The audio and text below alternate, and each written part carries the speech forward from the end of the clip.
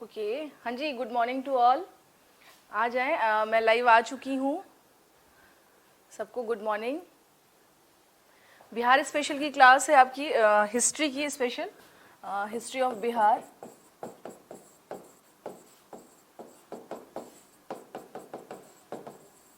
बिहार का इतिहास।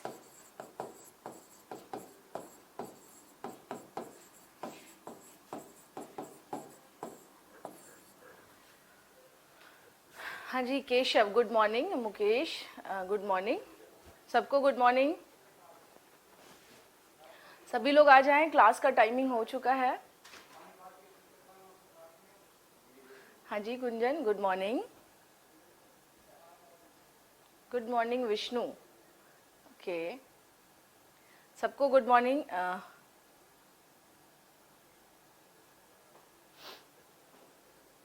हाँ जी गुड मॉर्निंग सत्यम, देव प्रकाश। अच्छा, इस बार कट ऑफ ज़्यादा जाएगा। बेचारे मॉर्निंग में ही, सुबह सुबह इस परेशानी में आप उलझे हुए हैं। हाँ, अभी दिन की शुरुआत करिए। कट ऑफ पे क्यों जा रहे हैं अभी केशव?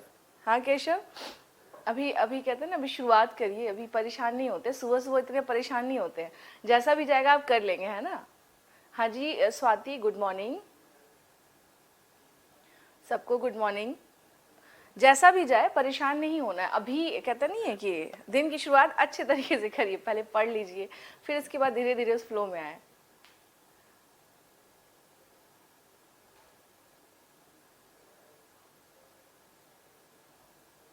Good morning.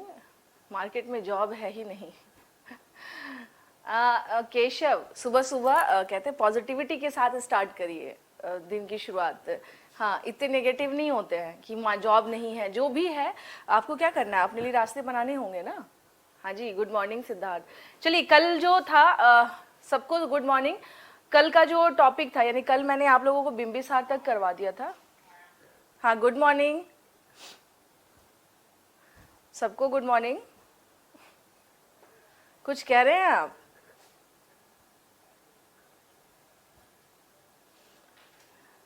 ओके ठीक है। चलिए, हम लोगों ने बिंबिसार तक कर लिया था, और आज जो टॉपिक था वो था हमारा अजात शत्रु। जैसा कि मैंने बताया था, आज का टॉपिक क्या था? अजात शत्रु,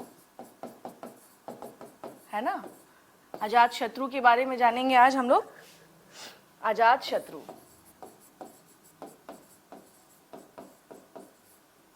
अजात शत्रु, ठीक है।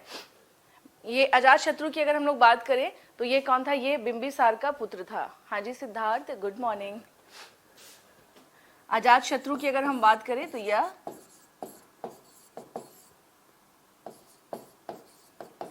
बिंबिसार का पुत्र था,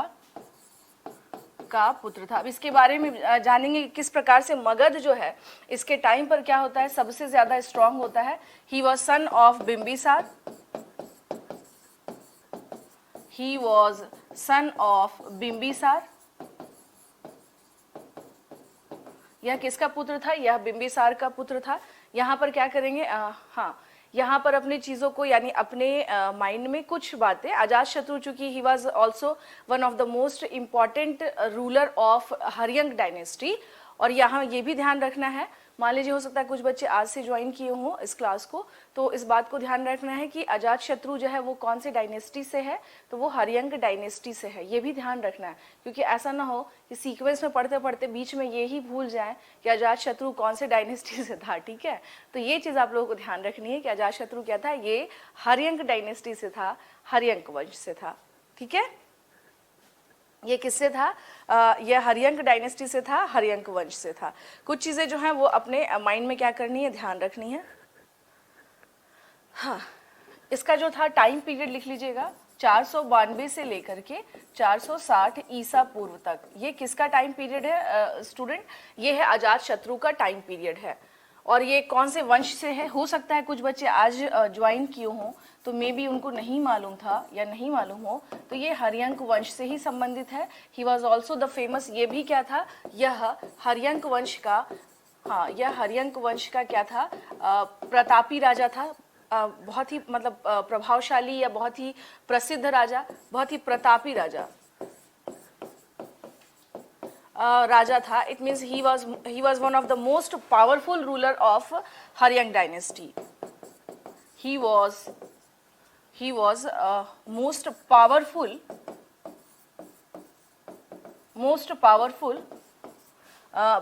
ruler of Haryang dynasty.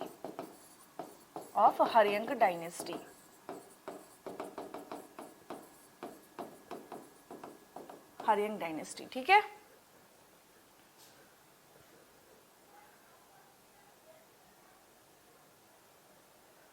क्षमा क्या है? क्षमा, पहले तो स्पेलिंग तो ठीक से बता दीजिए.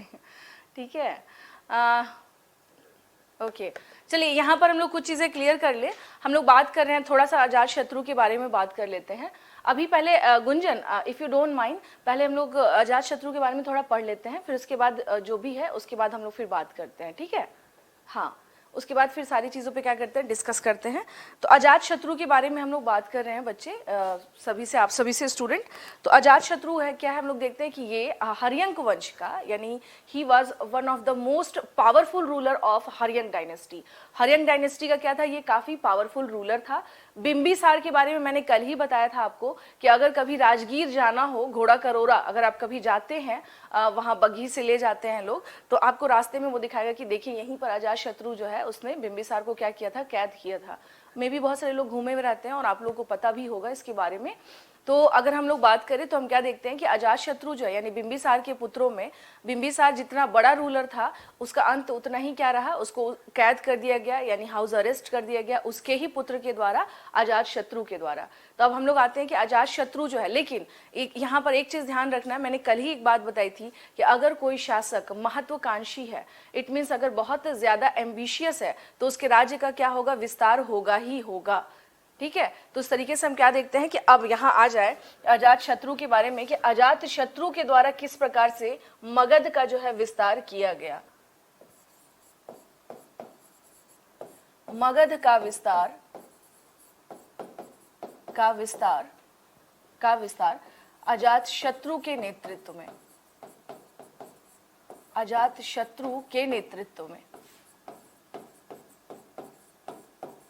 और एक बात आप लोगों को और बताऊं, अगर हिस्ट्री पढ़ रहे हैं ना, स्पेशली अगर ये बिहार का क्या हिस्ट्री है, बिहार तो हिस्ट्री है ही, और नॉर्मल भारतीय हिस्ट्री से भी क्या है, ये कुछ इसकी चीज़ें सेम ही है. तो अगर इतिहास पढ़ रहे हैं, प्रेजेंट एरिया में केशव देख लीजिए, मैं बता देती हूँ. अगर आप पूछ रहे हैं कि मैम, केशव का जी का क्वेश्चन है कि मैम प्रेजेंट एरिया में मगध का जो है वो कहाँ पर सिनेरियो होगा, तो गया अगर हम लोग बात करें, जैसे मान लीजिए केशव, ये हो गया बिहार हो गया ये हमारा. ठीक है. ये देखिए पटना, यानी ये रहा पटना और गया, पटना और उसके आसपास का जो क्षेत्र है. वैशाली नहीं, ध्यान रखना, वैशाली नहीं, क्योंकि वैशाली वज्जी संघ में आता था. तो पटना और उसके आसपास का जो क्षेत्र है, ये राजगीर वगैरह, ठीक है ना, यहाँ पर, यानी साउथ बिहार. अगर हम लोग बात करें, सॉरी सारा डिलीट हो गया, रुक जाइए मैं इसको कर देती हूँ फिर से.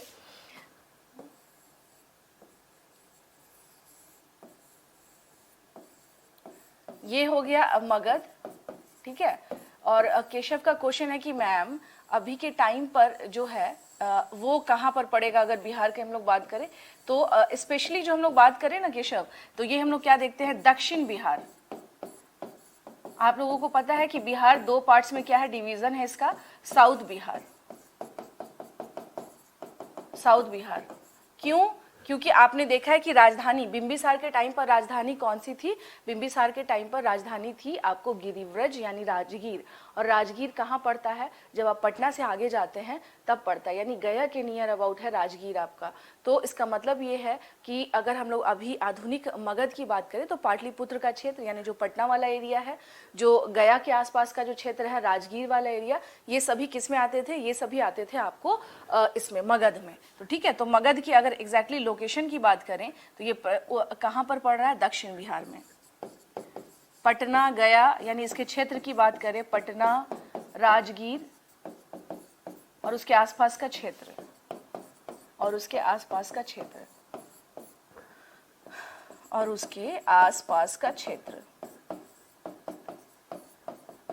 ठीक है. और हम लोग किसके बारे में पढ़ रहे हैं? अजात शत्रु के बारे में पढ़ रहे हैं, अजात शत्रु। चलिए, मेरा एक क्वेश्चन है आप लोगों से, मुझे एक क्वेश्चन का आंसर दीजिए आप सब कि अजात शत्रु बिंबिसार ने 3 विवाह किया था, ठीक है? कल ही मैंने आप लोगों को बताया था, एक चेल्लाना से, एक महाकोशला से और एक क्षेमा से। तो अजात शत्रु किसका पुत्र था? ध्यान से सुनिएगा क्वेश्चन, आप सबसे मेरा एक क्वेश्चन है कि अजात शत्रु किससे? अच्छा, महाकोशला देवी। चलिए, और लोग बताएं, अपना आंसर दें कि अजात शत्रु किसका पुत्र था, क्योंकि इससे क्या है कि क्लैरिटी आपको रहेगी ना। क्वेश्चन फिर से सुन लीजिएगा, अजात शत्रु, हाँ, अजात शत्रु किसका पुत्र था? जी, नाम क्या है आपका?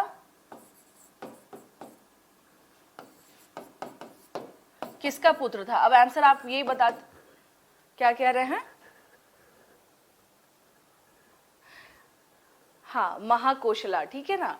अगर जो लोग नए हैं तो ध्यान रखिएगा, अगर क्वेश्चन, अगर मान लीजिए आपके ऑप्शन में रहा महाकोशला देवी, दूसरे में अगर आपका रहा चेल्लाना, तीसरे में अगर आपका रहा क्षेमा, और हो सकता है डी में रहे, इनमें से कोई नहीं, इनमें से कोई नहीं, ठीक है? तो जो भी लोग चेल्लाना, हल बेहल, कोसला देवी इसकी मदर है, हाँ ठीक है, इनकी माँ थी। तो ये चीज आप लोग जो है ये ध्यान रखना है कि अजात शत्रु की माँ कौन थी? महाकोशला देवी, ठीक है? हाँ, महाकोशला देवी जो थी वो कौन थी? वो अजात शत्रु की माता का नाम था। ये मान के चलिए कि अगर आपका बीपीएससी में एक क्वेश्चन अगर आ गया इसके रिगार्डिंग कि अजात शत्रु की माता का क्या नाम था, who was the mother of Ajatashatru, क्योंकि है क्या कि श्योरिटी तो आप किसी में भी नहीं दे सकते, क्वेश्चन कहीं से भी आ सकता है ना, क्वेश्चन तो कहीं से भी आ सकता है। तो श्योरिटी जब हम किसी में नहीं दे सकते तो हमें एक एक नंबर का क्वेश्चन भी क्या होता है, हमारे लिए इंपॉर्टेंस रखता है, ठीक है ना। कभी भी ध्यान रखना होगा कि हमारे लिए एक एक नंबर का क्वेश्चन भी जो है वो क्या होता है, इंपॉर्टेंस रखता है। अब आते हैं हम लोग इसमें, अगर बात करें, एक क्वेश्चन और आता है कि इतिहास में कुनिक के नाम से कौन सा शासक जाना जाता था? कुनिक के नाम से, यानी ये जो अजात शत्रु है ये कुनिक के, क्या कह रहे हैं? मैं जब आप जब बोलते हैं तब तक मैं आप जब मैं पूछती हूँ तब तक मैं आप आगे जा चुके रहते हैं। जैसे मैं पूछूं 2 सेकेंड रुक के फिर जवाब दीजिए ताकि मैं सुन सकूं ना कि आप बोल रहे हैं। मेरे बोलने के दौरान बीच में ही बोल दीजिएगा तो फिर मैं कैसे समझ पाऊंगी, ठीक है? कुनिक यानी कुनिक जो है, कुनिक के नाम से, यानी कुनिक अजात शत्रु का ही दूसरा नाम था, अजात शत्रु का दूसरा नाम था, का दूसरा नाम था। इट मीन्स, अगर हम लोग दूसरे नाम की बात करें, इट मीन्स कि अजात शत्रु was also popular, या अजात शत्रु was also known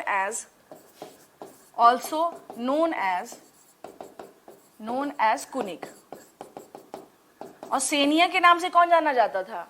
हाँ जी, सेनिया के नाम से कौन जाना जाता था, बताइए? बिंबिसार, हाँ ठीक है।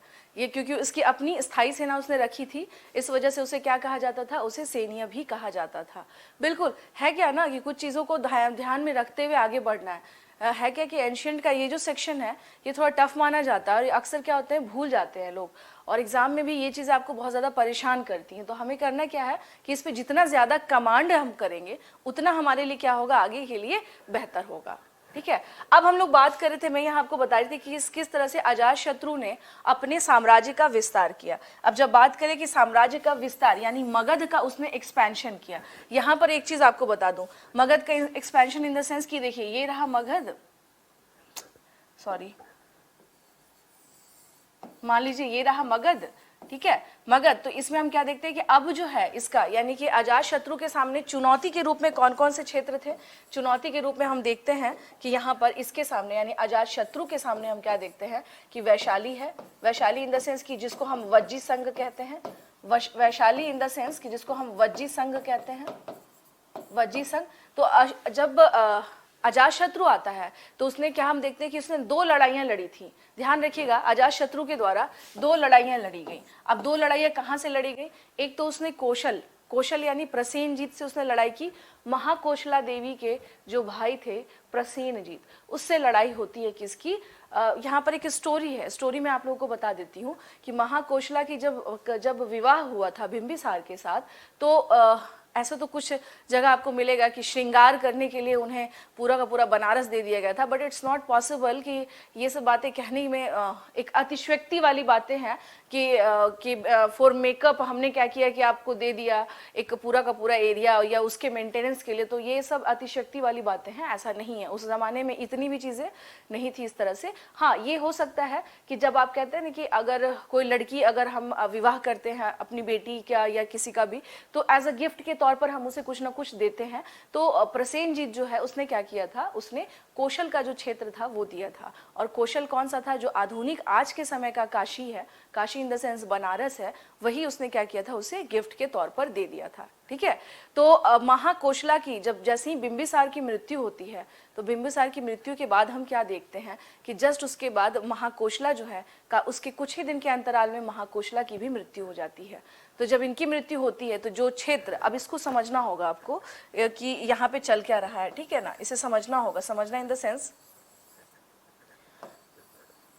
इतिहास जो है ना वो कहानियों से क्या है, भरा पड़ा हुआ है। अलग अलग तरीके की क्या है उसमें कहानियां चलती हैं। जैसे अजातशत्रु के बारे में हम बात करें तो इसकी जो माता थी, माता का क्या नाम था, यानी मदर का। काशी से कैसे युद्ध हुआ हमें इसके बारे में देखना है। तो मदर का नाम था क्या, महाकोशला। महाकोशला मदर का नाम था, ठीक है ना। पर जैसे ही बिंबिसार की मृत्यु होती है, यानी कि बिंबिसार की मृत्यु के बाद, बिंबिसार की मृत्यु के बाद हम क्या देखते हैं, मृत्यु के पश्चात महाकोशला की भी क्या हो जाती है, मृत्यु हो जाती है। महाकोशला की मृत्यु हो जाती है, की मृत्यु हो जाती है, ठीक है। अब जब विवाह हुआ था, यानी कि महाकोशला का, आप इसको इस तरीके से समझ सकते हैं, इसको इस तरीके से समझ सकते हैं, महाकोशला यानी कि बिंबिसार, ये देख लीजिए, बिंबिसार का विवाह हम देखते हैं किससे हो रहा है, महाकोशला से, ठीक है। और विवाह में गिफ्ट के तौर पर, इसको आप गिफ्ट ही कह लीजिए, उपहार के तौर पर क्या मिला था इसे, काशी मिला था। किसे मिला था गिफ्ट, किसे मिला था, महाकोशला को। क्या मिला था, काशी, यानी कौशल का क्षेत्र, इसे ही हम लोग क्या कहते हैं, कौशल का क्षेत्र। गिफ्ट के तौर पर क्या मिला था इसे, कौशल का क्षेत्र। गिफ्ट के तौर पर कौशल का क्षेत्र मिला था, ठीक है। अब जब इसकी मृत्यु हो गई, यानी कि जब बिंबिसार की मृत्यु हुई तो महाकोशला की भी मृत्यु हो गई। अब जब महाकोशला की मृत्यु हो जाएगी तो फिर हुआ क्या कि प्रसेनजीत ने, यानी उसके भाई ने जो गिफ्ट दिया था वो गिफ्ट क्या कर लिया, वापस कर लिया। यही बना कारण युद्ध का, ठीक है ना। कौशल वापस लेना युद्ध का मुख्य कारण था। तो यहाँ पर अगर हम लोग बात करें कि अजातशत्रु का युद्ध हुआ था किससे, कौशल के साथ, कौशल नरेश प्रसेनजीत के साथ। तो इसका कारण क्या था, कारण इसका ये था कि प्रसेनजीत ने कौशल को वापस ले लिया था, ठीक है। यहाँ पर हम क्या देखेंगे, ये हो गया कौशल का क्षेत्र। और वापस किसने लिया इसे, वापस किसने ले लिया इसे, प्रसेनजीत ने। किसने ले लिया, प्रसेनजीत ने, प्रसेनजीत ने वापस किसने ले लिया, प्रसेनजीत ने, ठीक है ना। प्रसेनजीत कौन था, ये था कौशल नरेश, कौशल नरेश। और अगर हम लोग बात करें तो ये जो वापस लिया, यही क्या बना, युद्ध का कारण बना। ये क्या बना, युद्ध का कारण बना, ठीक है। यहां तक क्लियर है आप लोगों को। ये क्या थी, ये कहानी चल रही थी कि प्रसेनजीत जो है ठीक है,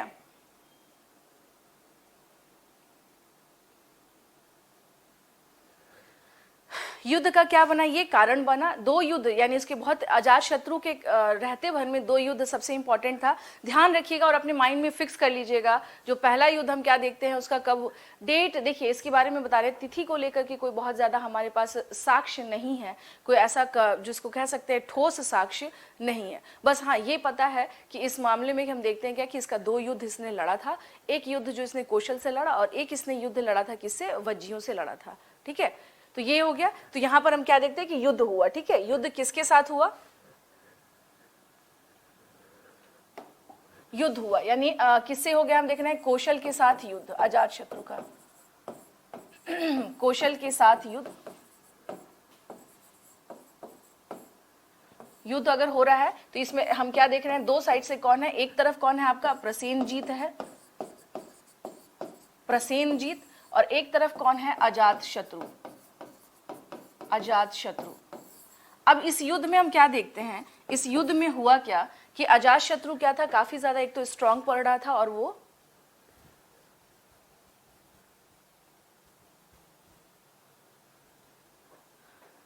अच्छा नहीं, ऐसा नहीं है केशव, आप जो कह रहे हैं ना उसमें एक टर्मिनोलॉजी उसमें आया है श्रमण के बारे में कि श्रमण परंपरा क्या है। अगर ठीक से अच्छे से अगर भारतीय इतिहास पढ़ा जाए तो कहीं समस्या नहीं आएगी। एंड उपेंद्र सिंह की जो किताब आप कह रहे हैं वो उसके कंटेक्स्ट में ज्यादा बेहतर है, जो बच्चे रिसर्च कर रहे हो स्पेशली हिस्ट्री के बारे में।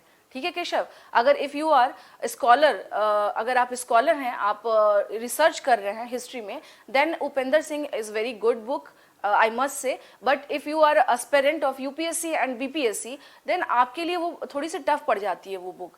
तो टर्मिनोलॉजी की बात करें तो अगर अच्छे से पढ़ेंगे तो कोई बहुत समस्या नहीं है, कोई भी चीज़ें उसमें बहुत ज़्यादा टफ नहीं था। लाइक मैंने देखा श्रमण ट्रेडिशन पूछा जा रहा है, बहुत सारी चीज़ें हैं, प्रज्ञा पारमिता, ये सब तो क्या, ये तो बुद्ध से रिलेटेड सारी चीज़ें, अगर ढंग से पढ़ें तो कोई समस्या नहीं है केशव। बस ये ना पढ़ते नहीं है ना ढंग से, लास्ट में एग्जाम में जाके परेशान होते कि यहाँ से क्वेश्चन आया वहाँ से क्वेश्चन आया।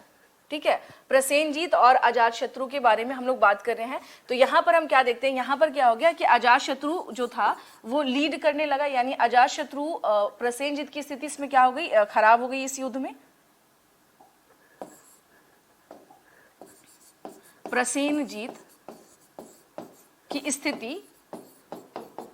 स्थिति क्या हो गई इसमें, कमजोर हो गई इस युद्ध में, की स्थिति इस युद्ध में कमजोर हो गई,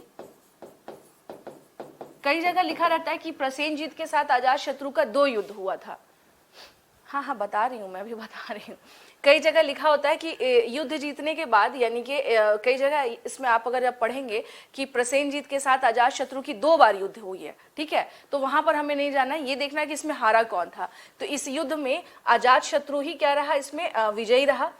इस युद्ध में एक संधि, विजयी क्या, जब अगर किसी युद्ध में संधि हो जाए ना तो इसका मतलब समझिए कि युद्ध जो है बहुत निर्णायक नहीं रहा और सामने वाला पक्ष जो है उसने तुरंत क्या किया है, सरेंडर कर दिया है।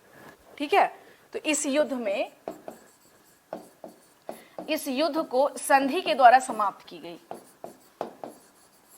संधि के द्वारा समाप्त की गई। इंग्लिश मीडियम वाले संधि को ट्रीटी बोलते हैं, के द्वारा समाप्त की गई, समाप्त की गई। It means this war was finished with treaty, this war was, यहां दिख तो रहा है ना, this war was finished with the treaty। एक संधि के साथ क्या हुआ, ये युद्ध समाप्त हुआ। और इस संधि के तहत किया क्या गया था, तो देखिए ये जो संधि की गई, संधि में हुआ क्या था, यानी इसका परिणाम अगर हम लोग देखें इस संधि का, तो इसमें क्या था, कौशल का क्षेत्र किसे मिल गया, अजात शत्रु को, यानी कि अजात शत्रु को कौशल का क्षेत्र वापस मिल गया, अजात शत्रु को कौशल का क्षेत्र वापस मिल गया, कौशल का क्षेत्र वापस मिल गया। और प्रसेनजीत ने यहां पर क्या किया, हाँ जो आप पूछ रहे हैं ना कि मैम यहां पर शादी भी किया था, ये यही है ना कि मैम इसने क्या किया था, इसने शादी भी किया था। तो प्रसेनजीत ने अपनी पुत्री वजीरा इसमें लिखा रहता है कई जगह, प्रसेनजीत ने अपनी पुत्री वाजिदा का विवाह करवाया। किससे? अजातशत्रु से। वाजिदा का विवाह किससे करवाया? अजातशत्रु से। ठीक है,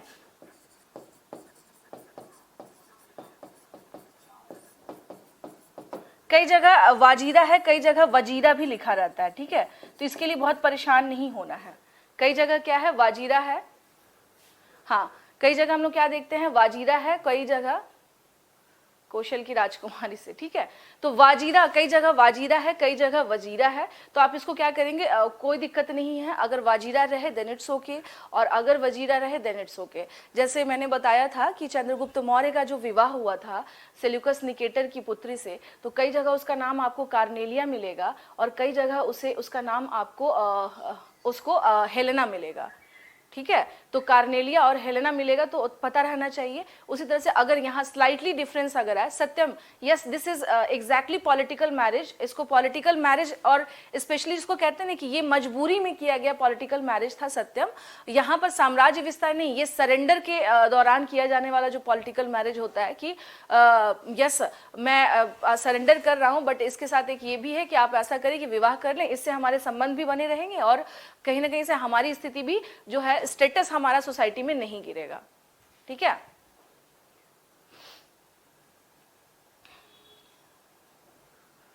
यस मैम, बट रानियों अशोका को कोई कैसे जानेगा?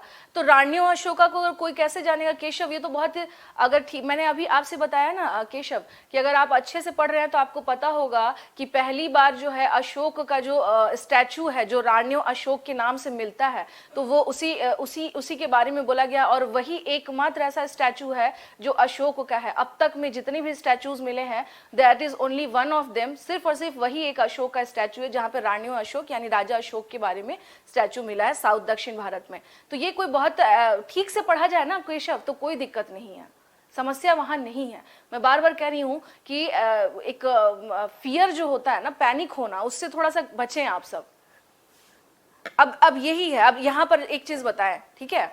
हाँ, इसके लिए बिल्कुल भी परेशान नहीं होना है।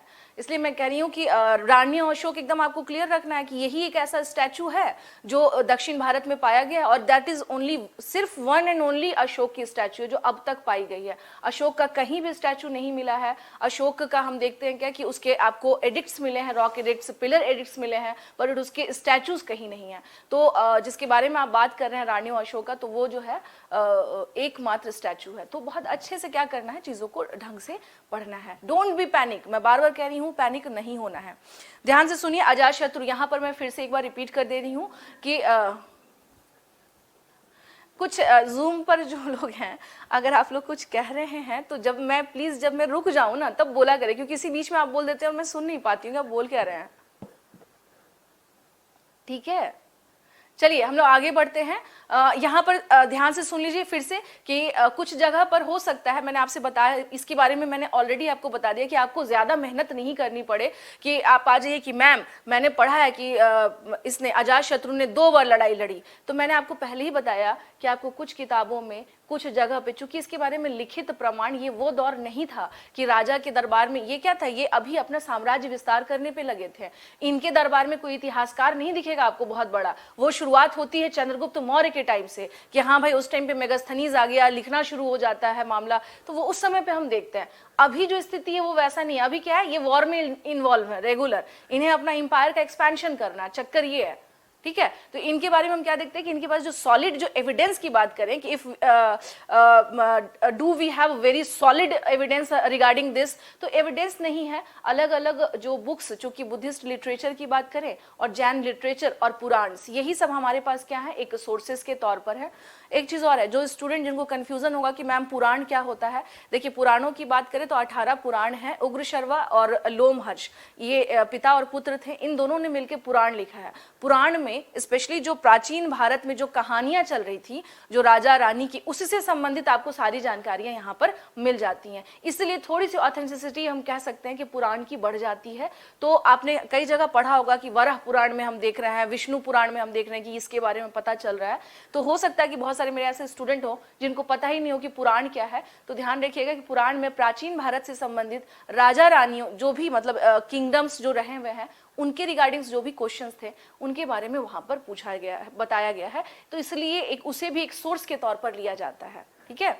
और उसके अतिरिक्त की बात करें तो इस टाइम पर क्या है हमारे पास, we have Buddhist literature and we have Jain literature. हमारे पास सोर्स के तौर पर यही है जिसका हम लोग यहाँ पर इस्तेमाल करते हैं। तो अब बात किया जाए कि इस युद्ध के बारे में, तो यानी कौशल जो है यहाँ पर जीत किसकी हुई, प्रसेनजीत की स्थिति इसमें कमजोर हो गई। जब कमजोर हो गई तो प्रसेनजीत ने क्या किया कि एक संधि कर ली। संधि में ये कंडीशन रखा कि ठीक है हम आपको कौशल भी दे देंगे और अपनी बहन अपनी पुत्री वाजीरा का विवाह हम आपसे करवा देंगे, ठीक है। तो यहाँ पर हम क्या देखते हैं कि अजात शत्रु का विवाह किससे होता है, वाजीरा से हो जाता है। एक चीज और आपको ध्यान में प्लीज रखिएगा आप सभी के सभी, कि आप प्राचीन भारत में, इनफैक्ट आप जब मध्यकालीन तक आ जाते हैं ना, तो आपको जो भी राजा, यानी उस समय का चूंकि पैट्रियार्कल सोसाइटी था, इनफैक्ट वो तो आज भी है, पितृसत्तात्मक या फिर राजाओं की ही सबसे ज्यादा मेन आप देखते हैं कि वही लोग लीड कर रहे हैं।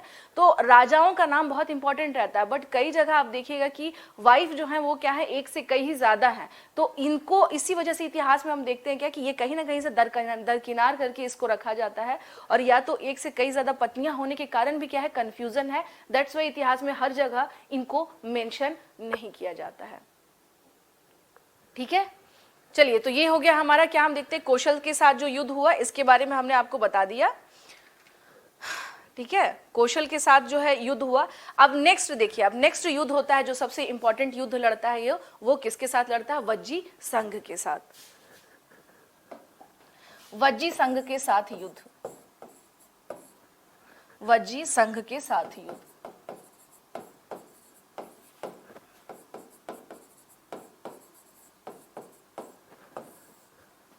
वॉर विथ वज्जी संघ,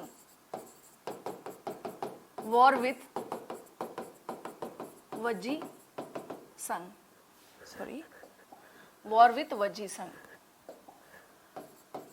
और जो भी मेरे स्टूडेंट हैं अभी right now in this class, जो भी बच्चे हैं, मैं आप सबसे ये बात जरूर कहूंगी, देखिए हम लोग यहाँ बिहार का इतिहास पढ़ रहे हैं, और जो भी स्टूडेंट है ये सोच रहे होंगे कि मैम थोड़ा सा वैसे तो मैं बिल्कुल सही दिशा में पढ़ा रही हूँ, कोई कहे कि मैम स्पीड बहुत बढ़ा दीजिए, तो देखिए फिर वही बात है ना, वन लाइनर नहीं पढ़ा रहे। मैं कोशिश कर चूंकि ये सेक्शन थोड़ा सा ये है, तो समझ के अगर नहीं पढ़ेंगे तो कोई फायदा नहीं होगा। वज्जी संघ की बात करें तो इस युद्ध के कारण की बात करें, ठीक है ना, इस युद्ध के कारण, इस युद्ध का कारण क्या था भाई, reason, what was the exactly reason of this war, reason of this war, reason of this war. और अभी तो हमारी डेली क्लास चल ही रही है, कोई समस्या नहीं है, और बीपीएससी में भी टाइम भी है, ऐसा नहीं, आराम से हो जाएगा, इसके लिए बहुत परेशान होने की जरूरत नहीं है, अच्छे से होगा। इनफैक्ट आप लोगों का पूरा कॉन्सेप्ट क्लियरिटी आ जाएगा इसमें, मुझे ऐसा लगता है। वज्जी संघ की बात करें तो युद्ध के कारण देख लीजिए, जैसे मान लीजिए स्टूडेंट, अगर हम लोग देखें यहाँ पर कि फॉर एग्जाम्पल मैं आपको उस टाइम के हिसाब से, अभी जैसे ये हमारा अभी बिहार हुआ ना, तो उस टाइम के हिसाब से मैंने क्या कहा था, यहाँ पर है वज्जी संघ, यहाँ पर था आपका पूरा पाटलिपुत्रा, ठीक है, ये क्या था हमारा वज्जी संघ, और यहाँ पर क्या था पाटलिपुत्रा, यानी कि मगध हो गया, ये क्या था मगध। अब समस्या क्या आ रही थी, समस्या ये आ रही थी कि गंगा के आसपास में यहाँ पर माना जाता था कि यहाँ पर क्या है, कुछ बहुत ही इंपॉर्टेंट, यहाँ पर कुछ हीरो की खान है, गोल्ड के कुछ वहाँ पर अवशेष, मतलब आप कह सकते हैं कि कीमती जो स्टोन्स, माइंस, इसके चीजें यहाँ पर माना जाता है कि पूरा बेल्ट था, जिसकी वजह से क्या था कि उस पर नजर वज्जियों की भी थी और उस पर नजर अजात शत्रु की भी थी, ठीक है। तो जैसे सोन नदी ही है, अगर हम लोग बात करें तो देखिए जैसे सोन और गंगा नदी, तो यहाँ पर आकर के हम देखते हैं ना कि सोन हो गया, इधर से आ रही है दक्षिण की तरफ से, और ये रहा हमारा गंगा नदी। तो माना जाता है कि इस एरिया में क्या था, सोन नदी को सोन क्यों बोलते हैं, क्योंकि इसमें था कि एक टाइम ऐसा था कि इसमें अभी भी इनफैक्ट कि उसमें सोने के जो कण होते हैं वो मिलते थे, दैट्स वाई उस रिवर का नाम जो वो क्या रखा गया, सोन नदी रखा गया, ठीक है। माइनिंग नहीं, लेकिन अगर गोल्ड तो मिल ही चुका था ना मेटल के तौर पे, तांबा और आपको क्या कहते हैं ये सारी चीजें, लोहा भी था उस टाइम पे, माइनिंग नहीं लेकिन मिल तो जाता था, हमें इसकी समझ तो थी ही। केशव, अच्छा ओके, ठीक है, समझ तो थी ही, तभी तो हम लोग क्या देखते हैं 6th सेंचुरी बीसी के बाद मैंने बताया ही था कि एग्रीकल्चर शुरू हो जाता है। तो इस क्षेत्र में हम क्या देखते हैं कि ऐसा माना जाता है कि कहीं पे हीरो का खान था, हीरो का खान था। कहीं पर आपको पता चलेगा कि इस लाइन में कहीं पर ऐसा था क्या कि सोना का कुछ सोने का खान था। अलग अलग बुक्स में अलग अलग आपको मिलेंगे, लेकिन ये था कि कुछ आप बस इसको अगर एक वर्ड में कहें कि प्रीशियस, हम देख सकते हैं कि या तो कुछ मतलब स्पेशल मेटल था यहाँ पे, जिसकी वजह से क्या था, ये उस टाइम पे दोनों के लिए सेंटर ऑफ अट्रैक्शन था। जैसे हम लोग एक बात करें, KGF मूवी शायद आप सबने देखी होगी, आई थी। तो KGF अगर फुल फॉर्म की बात करें तो उसका पूरा फुल फॉर्म है कोलार गोल्ड फील्ड। तो कर्नाटक का कोलार जो है वो ऐसा एरिया है जहाँ पे सोना जो है वो पाया जाता है, मिलता है, वो फेमस है उसी वजह से। तो उस टाइम पे, यानी अभी, इनफैक्ट अभी भी, तो अगर हम लोग बात करें ये वाला जो क्षेत्र था, तो इस वाले क्षेत्र में हम क्या देखते हैं कि यहाँ पर सोने की उपलब्धता थी या हीरो की उपलब्धता थी, दोनों में या है। श्योरिटी किसी के बारे में नहीं है, क्योंकि एकदम बिल्कुल ठोस evidence we don't have solid evidence about this कि हाँ यहाँ पर क्या था, लेकिन कुछ ऐसा इंपॉर्टेंट धातु वहां पर था जिसकी वजह से ये दोनों के लिए सेंटर ऑफ अट्रैक्शन बना हुआ था। ठीक है। और दूसरा कारण ये माना जाता है कि दिस इज फर्स्ट रीजन। ये क्या था, ये हो गया first reason. First in the sense कि ये पहला कारण हो गया, पहला कारण। दूसरा कारण की अगर हम लोग बात करें कि दूसरा कारण क्या था भाई, तो दूसरा कारण था चेलना, बिंबिसार की जो पत्नी थी चेलना, उससे 2 पुत्र हुए थे। उसका नाम था हल और बेहल। चेलना से जो बच्चे हुए थे, चेलना के जो बच्चे थे उनका नाम क्या था, हल और बेहल। हल और बेहल, ठीक है। और इसके नाना कौन हुए, इसके नाना हो गए चेटक। नाना कौन हो गए, चेटक। ठीक है, चेटक। अब यहां पर क्या स्थिति क्या थी भाई, कि क्या रीजन क्या रहा, इस इनके झगड़ा करने का जो कारण था वो रहा क्या, या क्या चक्कर था। तो एक बहुत ही इंपॉर्टेंट, एक बहुत ही कीमती हाथी था, ठीक है ना, एक बहुत ही कीमती हाथी था जो इन लोगों के पास था, हल और बेहल के पास था। और इनके पास ये भी है कि इनके पास मोती की माला की एक बहुत ही कीमती मोती के, क्या कह सकते हैं, माला वगैरह जो था वो भी इनके पास था, हल और बेहल के पास। तो अजात शत्रु की नजर इस पर थी। और स्पेशली वो जो हाथू जिसके बारे में मैं बता रही हूँ कि वो हाथी भी क्या किया गया था, दिया गया था, उसका नाम था सेनाग। हल बेहल के पास क्या था, एक कीमती हाथी था, एक कीमती हाथी था, इसका नाम था सेनाग। इसका नाम क्या था, सेनाग। अजातशत्रु ने कई बार बोला भी कि आप क्या करो, मुझे वो दे दो, हाथी सेनाग को दे दो। तो इन लोगों ने देने से इनकार कर दिया। फिर अजातशत्रु ने कहा, क्योंकि हल बेहल के पास ही बहुत सारी ऐसी कीमती चीजें थी जो अजातशत्रु चाहता था कि हम उससे ले लें। जब नहीं मिला तो अजातशत्रु ने डिमांड रखी कि आप हल बेहल और सेनाग को हमें वापस कर दीजिए। चेटक से ये बात कही गई, पर ये लोग तैयार नहीं हुए, बोले नहीं हम नहीं देंगे, ठीक है। और इसी बात पर क्या होता है, यहाँ पर होता है वॉर। ये 2 कारण बताए जाते हैं स्टूडेंट। और अगर बात की जाए, मान लीजिए जैसे फॉर एग्जाम्पल कि आपका अगर बीपीएससी के प्री में हो सकता है कि ये क्वेश्चन कहीं आ जाए कि वो कौन सा हाथी था जिसकी वजह से अजातशत्रु ने वज्जियों पर आक्रमण किया था, ये एक क्वेश्चन हो सकता है। तो सेनाग नाम था। What is the name of that elephant, Senag. बहुत ही कीमती हाथी, जैसे कहते हैं ना अरबी घोड़े का बहुत इंपॉर्टेंस होता है। क्यों, क्योंकि वो एक अलग ब्रीड का है और उसकी जो उसका जो हॉर्स पावर जिसमें हम लोग कहते हैं ना कि गति को जिसमें हम लोग मापते हैं, स्पीड को जिसमें मापा जाता है, HP हॉर्स पावर, तो उसमें माना था कि जो अरेबियन घोड़े होते हैं वो सबसे क्या होते हैं, सबसे उम्दा यानी सबसे बेस्ट नस्ल के माने जाते हैं। सेम वैसे ही क्या हम देखते हैं कि ये जो हाथी था सेनाग, ये बहुत ही उम्दा क्वालिटी का हाथी था, जिसकी वजह से इस पर नजर किसकी थी, इस पर नजर थी अजातशत्रु की। अजातशत्रु ने बोला भी कि हल बेहल से कि आप हल बेहल और सेनाग को हमें वापस कर दे, बट नहीं माना गया। और यही कारण बना किसका, युद्ध का। लेकिन इतिहासकारों का मानना है कि ये जो रीजन है ये बहुत ऑथेंटिक नहीं लगता है। इतिहासकारों ने इसे क्या किया है, एक तरीके से इसे दरकिनार किया है। लेकिन मैंने आपको ये कहानी थी इसलिए मैंने बता दिया। उनका मानना है कि यही रीजन मेन रहा होगा कि एक कोई सोने की खदान होगी या फिर कोई हीरे का ये बेल्ट होगा यहाँ पर, जिसकी वजह से वज्जियों और मगध के बीच में वॉर हुआ होगा। उसके अलावा भी अगर हम हटा देते हैं, मान लीजिए हम इस रीजन को भी हटा दें, मैं इस कारण को भी हटा दूं और इसे भी हटा दूं, दोनों को अगर हटा दूं तो हमारे पास एक ही कारण दिखता है, ये कि वज्जियों का एम्पायर एक्सपेंशन बड़े लेवल पर था, वज्जी काफी शक्तिशाली थे। तो ऑब्वियस सी बात है कि एक मयान में दो तलवार नहीं रह सकते हैं, ठीक है। तो इसका मतलब ये हुआ कि अगर अजात शत्रु भी स्ट्रांग है, उसके साथ वाला भी स्ट्रांग है, तो ऐसा पॉसिबल नहीं है, वो राजा कभी भी उसे पसंद नहीं करेगा। तो युद्ध का ये कारण बनना ही बनना था। क्लियर है ये? ठीक है। तो ये भी एक कारण है जो कहते हैं ना कि शक्ति यानी डिस्प्यूट ऑफ पावर जो है वो तो होगा ही होगा। अगर आपको लगे, मान लीजिए कल को ईश्वर करे कि आप सभी के सभी कहाँ तक जाएं, मेंस लिखें और इतिहास में अगर इस तरह के क्वेश्चन आए तो आप जरूर बता सकते हैं कि हम ये दो कारण तो देखते हैं। इसके अलावा जो एक सबसे इंपॉर्टेंट कारण वो ये है कि शक्तियों यानी कि जो कॉन्फ्लिक्ट ऑफ पावर होता है, बेसिकली शक्ति को जो लेकर के विवाद होता है, ये वो भी विवाद में से एक था।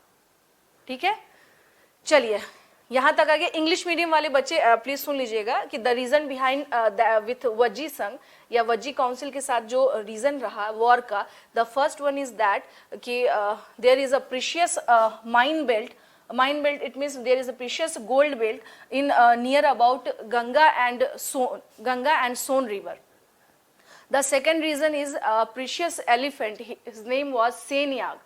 इसका नाम था, क्या नाम था? सेनाग नाम था। His name was it name was Senag, इसका नाम था Senag. And Ajatashatru demand to give Senag to him but Chetak denied and after that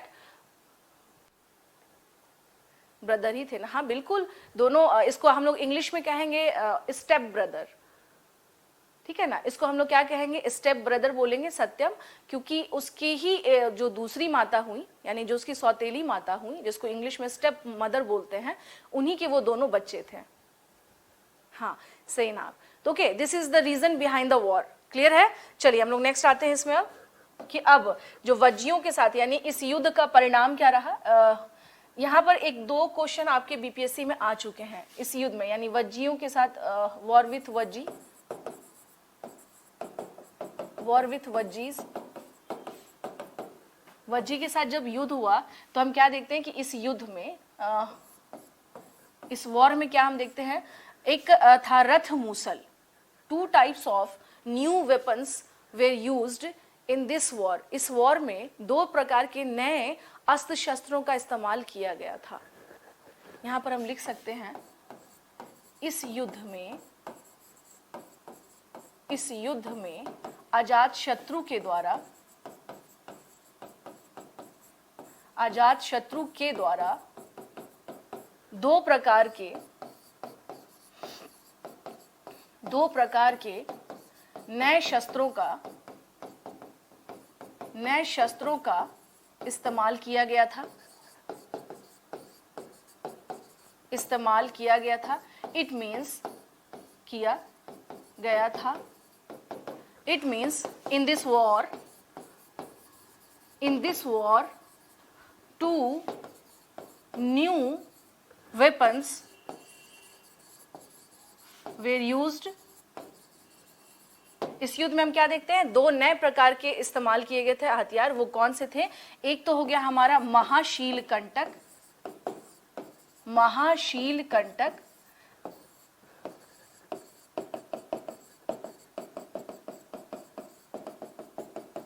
महाशीलकंटक and the second one is, दूसरा क्या है हमारा? रथ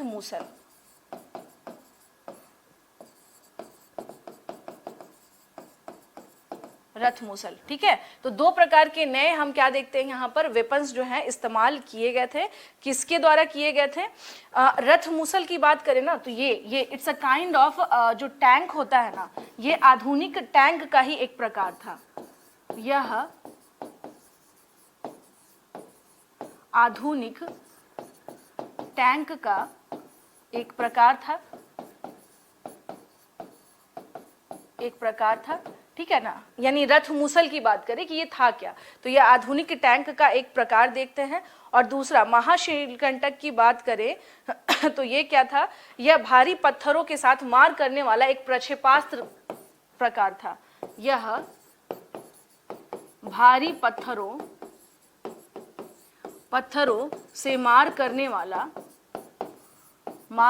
वाला क्या था, ये प्रक्षेपास्त्र, ये जिसको हम लोग कहते हैं ना एक तरह से उसी टाइप से ये था, प्रक्षेपास्त्र था,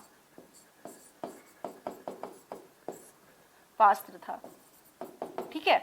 तो महाशीलकंटक इसका मतलब ये है कि बाहरी जो स्टोन्स होते हैं, जैसे मान लीजिए कि हमने कुछ ऐसा वेपन बनाया इस तरीके से, और हम यहाँ से इसको क्या करें, भारी स्टोन है, इसको हमने क्या किया, यहाँ से सबने मिल करके, बाहुबली तो देखा होगा ना आप सबने, हाँ जी बाहुबली देखा होगा ना, उसमें क्या था, यही तो था कि भारी पत्थर उठाया और यहाँ से खींचा और वो उसे वहां फेंक के मारा, ठीक है। तो वो जो फेंक के जो मारा गया ना, तो वो हो गया काइंड ऑफ प्रक्षेपास्त्र, लाइक जिसको हम कह सकते हैं कि मिसाइल टाइप का, कि हमने यहाँ से चलाया और यहाँ से यहाँ क्या कर रहा है, ये मार कर रहा है, तो it's kind of missile type का। तो भारी पत्थर को लेकर के जिसने एक बार में कई सारे जो लोग हैं वो क्या हो जाए, उसके ऊपर सीधे निशाना लगे, तो ये क्या था, एक प्रकार से भारी प्रक्षेपास्त्र जो होता है उसका ही एक प्रकार था। और ये आधुनिक टैंक का, जैसे ध्यान रखिएगा कहीं कहीं पे ही आप देखिएगा कि इस्तेमाल किया जाता है कि इतिहास में कुछ ही ऐसे लोग रहे हैं जिन्होंने नए नए वेपन्स इस्तेमाल किए हैं। जैसे ये तो हुआ अजातशत्रु, इसने पहली बार 2 नए वेपन्स यूज किए। आपने मेडिवल में आप पढ़िएगा कि बाबर जब आता है तो अपने साथ तोप लेकर आता है, कैनन लेकर आता है, और तोप से वो क्या करता है, वहां पर अटैक करता है। तो इस तरह से हम क्या देखते हैं कि कुछ चीजें जो है नई नई चीजें आती हैं। इनफैक्ट जब मोहम्मद गौरी आता है वहां से, तो हम लोग क्या देखते हैं कि उस टाइम पर वो लोग घोड़े लेकर के आते हैं, घोड़े के साथ वॉर करते हैं। और एक चीज ध्यान रखिएगा, इस टाइम पे जितने भी युद्ध हो रहे हैं ना, अजातशत्रु क्यों हाथी को देखकर लालच में आ गया, क्योंकि ये सब जब युद्ध चल रहे थे तो इस टाइम पर हाथियों का बहुत ज्यादा क्या था, हाँ इस टाइम पर हाथियों का क्या था, बहुत ज्यादा इंपॉर्टेंस था। ये चीज ध्यान रखिएगा, ये जो भी युद्ध चल रहे हैं इस समय, अगर आप सोच रहे होंगे ना कि हाथी को देखकर क्यों इतना परेशान हो गया था अजातशत्रु, क्यों डिमांड करने लगा, तो सेम वही है कि उस टाइम पर हाथियों का दबदबा था, युद्ध में सबसे ज्यादा हाथियों का इस्तेमाल होता था, ठीक है। लेकिन आप देखते हैं ना, जब मेडिवल में लोग बात करते हैं कि मोहम्मद गौरी जब आता है, तो जब युद्ध हो रहा होता है पृथ्वीराज चौहान के साथ, जब वॉर में, तो मोहम्मद गौरी के जो भारी भरकम जो इसके तेज तरार घोड़े थे, और उधर से पृथ्वीराज के जो हाथी चल रहे थे, तो हाथी और घोड़े का भी एक बहुत बड़ा कारण था उस युद्ध में हारना। तराइन का वार हारने का एक बहुत बड़ा कारण था कि मोहम्मद गौरी ने अपने साथ वो क्या लेकर आया था, तेज तरार घोड़ों को लेकर आया था, और यहाँ से ये लोग क्या कर रहे थे, हाथियों का इस्तेमाल कर रहे थे। तो यानी हम देखते हैं भारतीय इतिहास में हाथियों का एक लंबे समय तक क्या देखते हैं, युद्ध में इस्तेमाल हुआ है। क्लियर है। तो इस प्रकार से हम देखते हैं क्या कि 2 तरीके का, ये क्वेश्चन आप लोगों का स्टूडेंट आ भी चुका है बीपीएससी के कंटेक्स्ट में कि व्हाट इज रथ मूसल जो है, या फिर क्वेश्चन आपका ये भी हो सकता है कि अजातशत्रु के द्वारा युद्ध में कौन सा ऐसा वेपन जो है 2 नए प्रकार के, या हो सकता है कि इनमें से कौन सा ऐसा अस्त्र शस्त्र था जो पहली बार लार्ज रोलिंग, मैं बोल तो नहीं कि ये सब के सब उसी तरीके से हैं, इसको हम कह सकते हैं क्या कि इस्तेमाल ये इसी प्रकार से होते थे। महाकंटक नहीं केशव, इट इज महाशीलकंटक, ठीक है, ओके।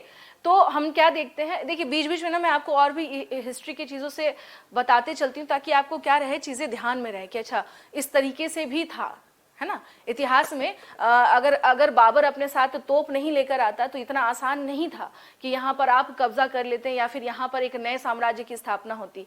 चूंकि तोप जो है वो हम लोगों के लिए न्यू हो गई और वहां उनके लिए क्या थी, वो प्रचलन में थी। सेम इसके बाद बात करें तो अगर ये जो है अजातशत्रु, ये अगर जाते हैं वज्जियों पर अटैक करता है तो वज्जियों को पता ही नहीं है कि रथ महाशीलकंटक और रथ मूसल जाना जैसा,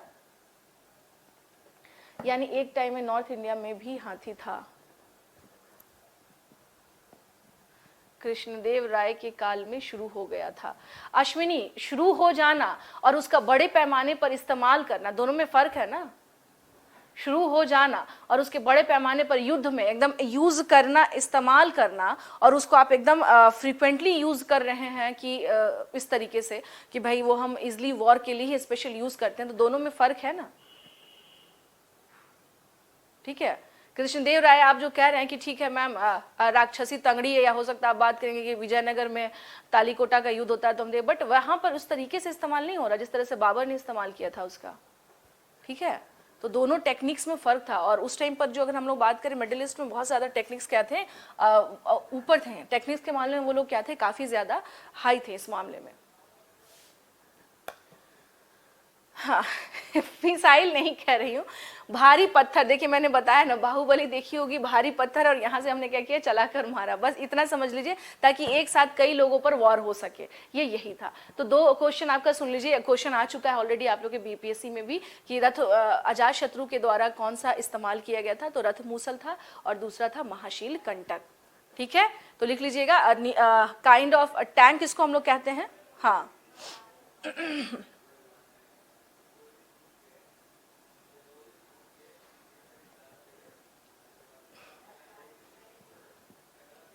ठीक है, तो इस तरह से हम लोग क्या देखते हैं कि ये जो था, यानी कि और ये युद्ध चला कितने वर्ष तक था, कई जगह पे बताया जाता है कि ये जो वॉर है ये लगभग 16 वर्षों तक चला था। इट मीन्स कि ये वॉर कितने ईयर तक कंटिन्यू रहा, 16 ईयर्स तक कंटिन्यू। स्टोन लॉन्चर हाँ देखिए, मेरा काम था बताना, समझाना, अब बाकी आप उसको अपने माइंड में जिस तरह से इमेजिन करना है कर लें।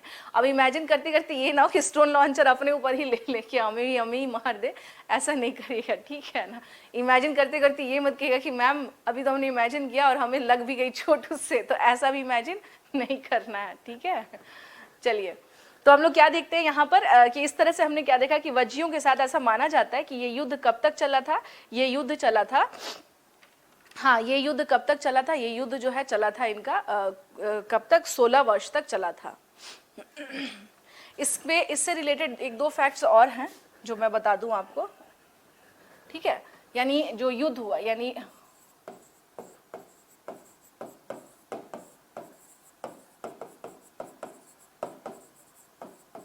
कूटनीतिज्ञ समझते हैं आप लोग, what do you mean by कूटनीतिज्ञ, मुझे जरा बताएंगे आप सब, कूटनीतिज्ञ का मतलब क्या होता है, बताइए, कूटनीतिज्ञ का मतलब क्या होता है।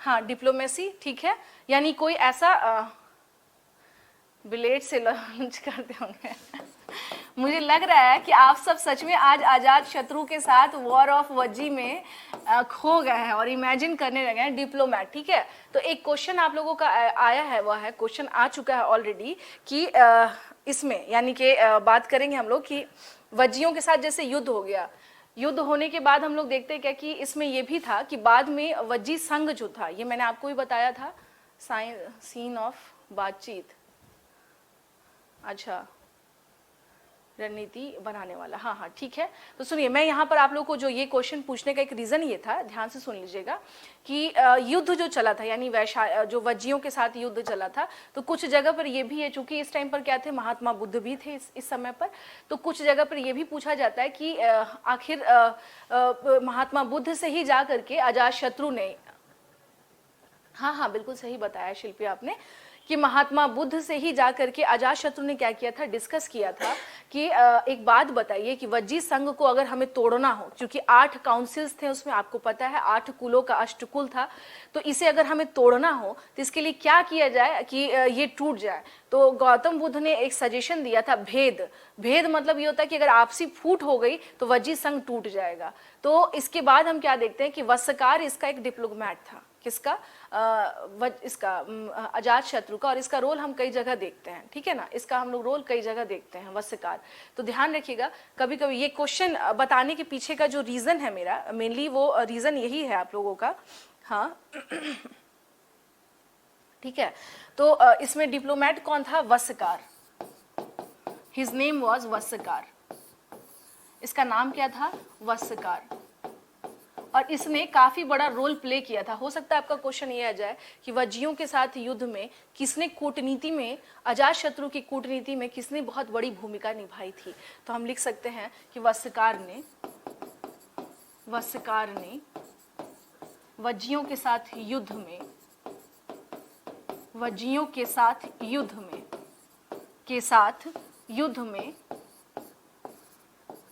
में कूटनीति में अपनी बड़ी भूमिका निभाई थी, कूटनीति में बड़ी भूमिका निभाई थी, बड़ी भूमिका निभाई थी, निभाई थी।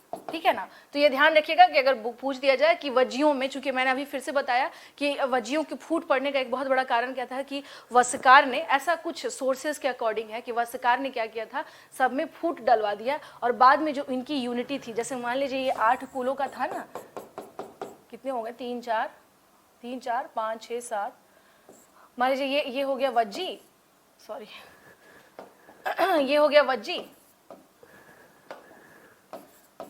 ये हो गया वज्जी, और इसमें इन्होंने क्या किया, फूट डलवा दिया। जब फूट डलवा दिया तो ये अलग, ये अलग, ये अलग, ये अलग, तो इस तरह से क्या हो गया, ये सभी के सभी धीरे धीरे अलग होते चले गए और वज्जी जो थे वो कमजोर हो गए।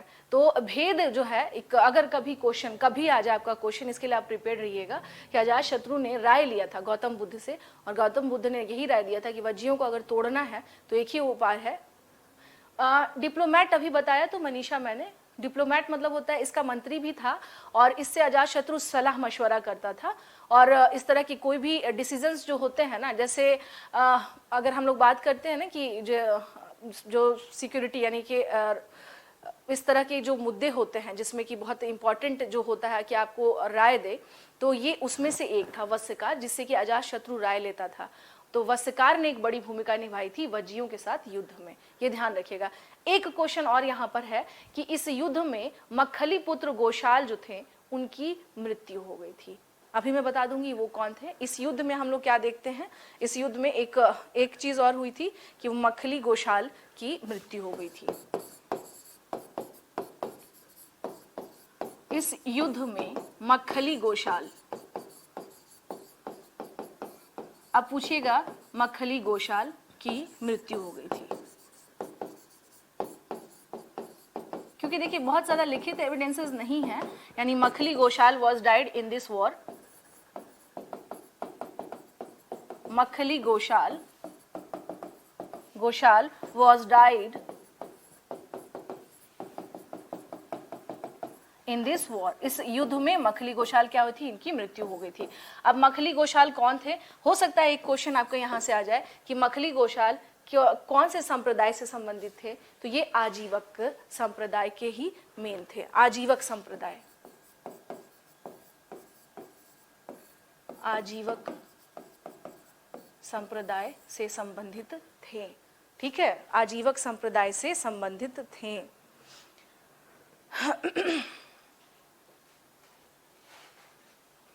ठीक है, आजीवक संप्रदाय, बस यहाँ पर मैं आप लोगों को ज्यादा तो नहीं बताऊंगी, बस थोड़ा सा समझ लीजिएगा, क्योंकि आप लोगों को पता होगा बिंदुसार यानी अशोक का जो पिता था वो क्या था, आजीवकों का, वो आजीवक धर्म का ही संप्रदाय का ही अनुयायी था।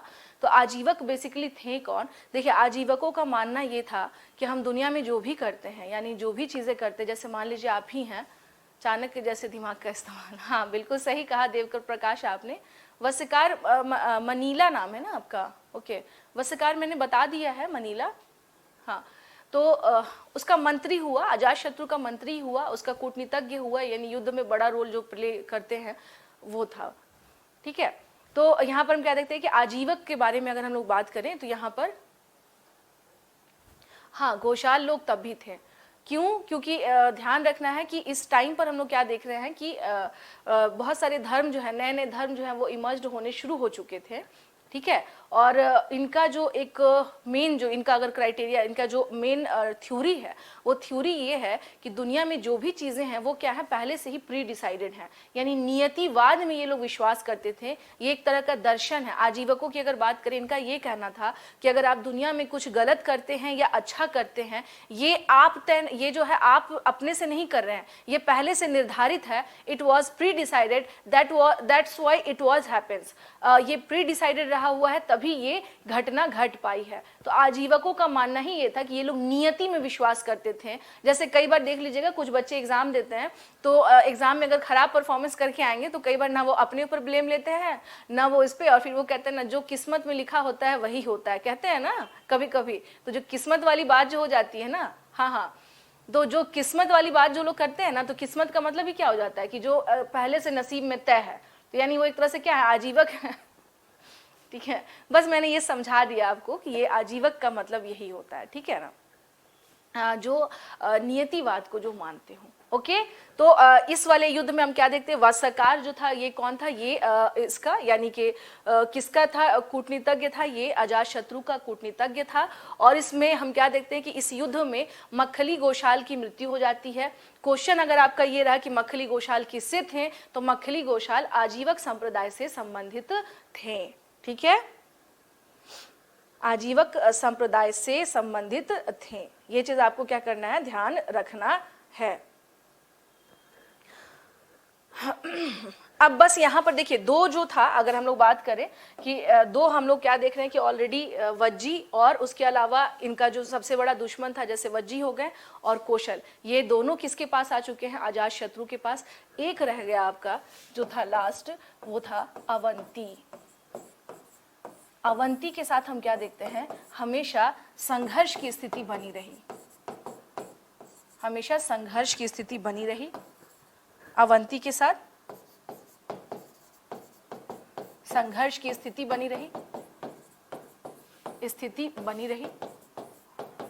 ठीक है ना, संघर्ष की स्थिति बनी रही किसके साथ, तो यहाँ पर इसके वजह से अगर आपका क्वेश्चन आ जाए कि अजातशत्रु ने फिर क्या किया था, इसी कारण से, यानी हम लोग बात करें तो अजातशत्रु ने क्या किया था, इसी कारण से इसने दुर्गीकरण करवाया था। ठीक है ना, इसने राजगृह का संघर्ष चलता रहा, इसके कारण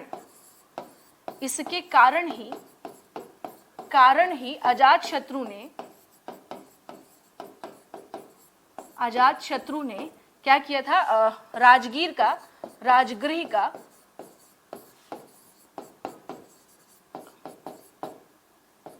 का दुर्गीकरण करवाया था। अवंती जो है मालवा वाला क्षेत्र जो पड़ता है, हाँ, नियति पे फेद करता है, जिसको कहते हैं ना भावना, वही किस्मत वाली जो बात होती है, किस्मत है नहीं है, वही बात है। ठीक है, और अवंती का राजा कौन था, हो सकता है आपका एक क्वेश्चन हो जाए कि अजातशत्रु के समय पे अवंती का राजा कौन था, तो राजा चंड प्रद्योत। कौन था, राजा चंड प्रद्योत अवंती का शासक था। It means Raja Chand Pradyot was the king of Avanti. Raja Chand Pradyot नहीं, it means Chand Pradyot was Chandya Pradyot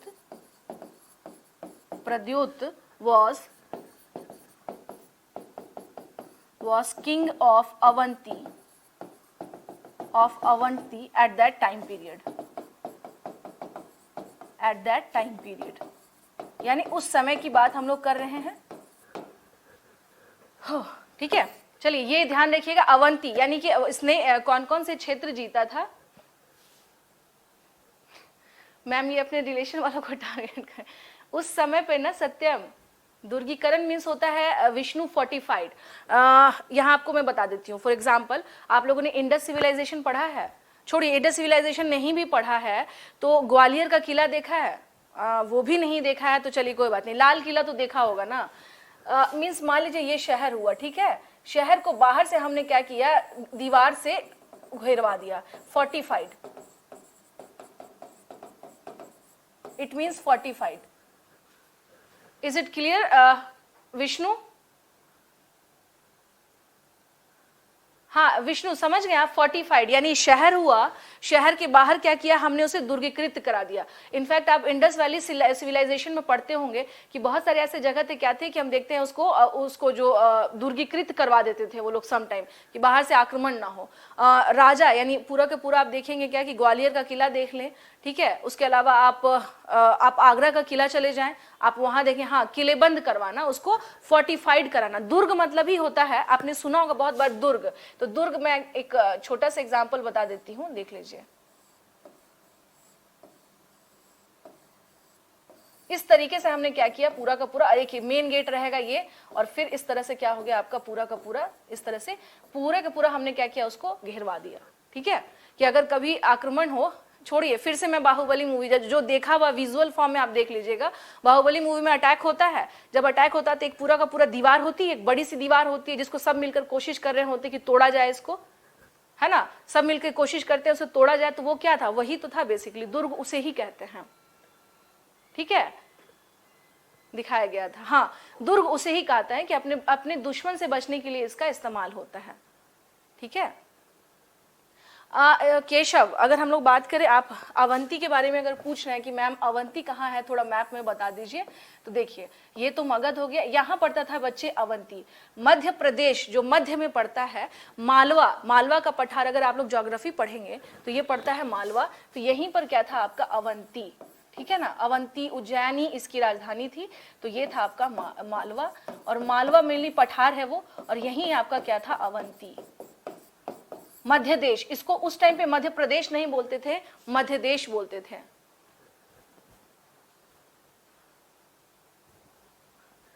ठीक है, हाँ मैं समझ गई।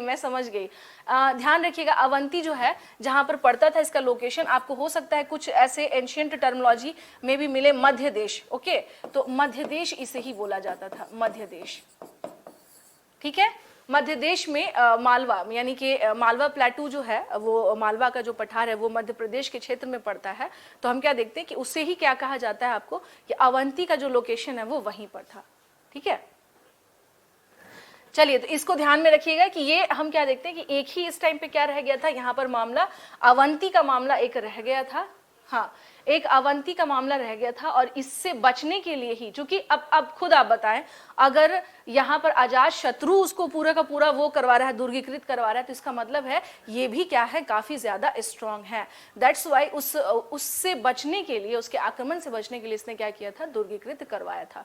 तो अगर आपका बीपीएससी में क्वेश्चन आ जाए कि अजात शत्रु ने किसके कारण अपनी जगह को दुर्गीकृत करवाया था, तो उसने चंड प्रद्योत, इस समय का राजा था, इससे बचने के लिए इसने इसे दुर्गीकृत करवाया था, ठीक है। चलिए, अब आ जाते हैं नेक्स्ट, जो बहुत सबसे इंपॉर्टेंट काम हुआ था वो भी देख लीजिए। अजात शत्रु के समय पे जो सबसे इंपॉर्टेंट काम हुआ था वो ये था, प्रथम बौद्ध संगीति, बौद्ध संगीति, it means first Buddhist council, first Buddhist council के बारे में बात कर रहे हैं, ठीक है। अब एक चीज ध्यान रखिएगा, 483 ईसा पूर्व में गौतम बुद्ध की मृत्यु होती है, और मृत्यु उनके लिए टर्मिनोलॉजी यूज नहीं किया जाता है, बोला जाता है उन्हें एक तरह से निर्वाण की प्राप्ति हो गई। हाँ, कई जगह इस घटना को महापरिनिर्वाण भी आप देखिएगा बोला जाता है, ठीक है, कई जगह इस घटना को क्या बोला जाता है, महापरिनिर्वाण भी बोला जाता है। तो पहली बौद्ध संगति हम कहाँ देख रहे हैं, 483 ईसा पूर्व में, ठीक है, 483 ईसा पूर्व में, ईस्वी लिख दिया मैंने, ईसा पूर्व में। कहाँ पर हो रहा है ये, ऑब्वियस सी बात है, इसकी मेन राजधानी कहाँ थी, राजगृह में, यानी राजगृह में, राजगृह के वैभार पहाड़ी के सप्तपर्णी गुफा में, ठीक है ना। ये पहला क्या हुआ था, बुद्धिस्ट काउंसिल हुआ था इसमें, और इसमें कार्य क्या हुए थे, यानी इस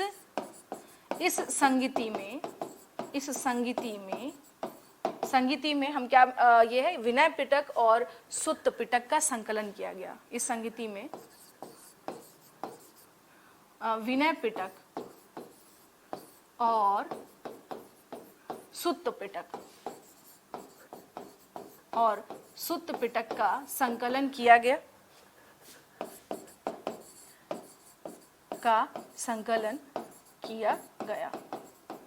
It means in this council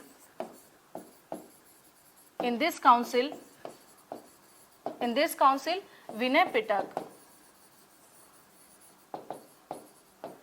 Pitaka and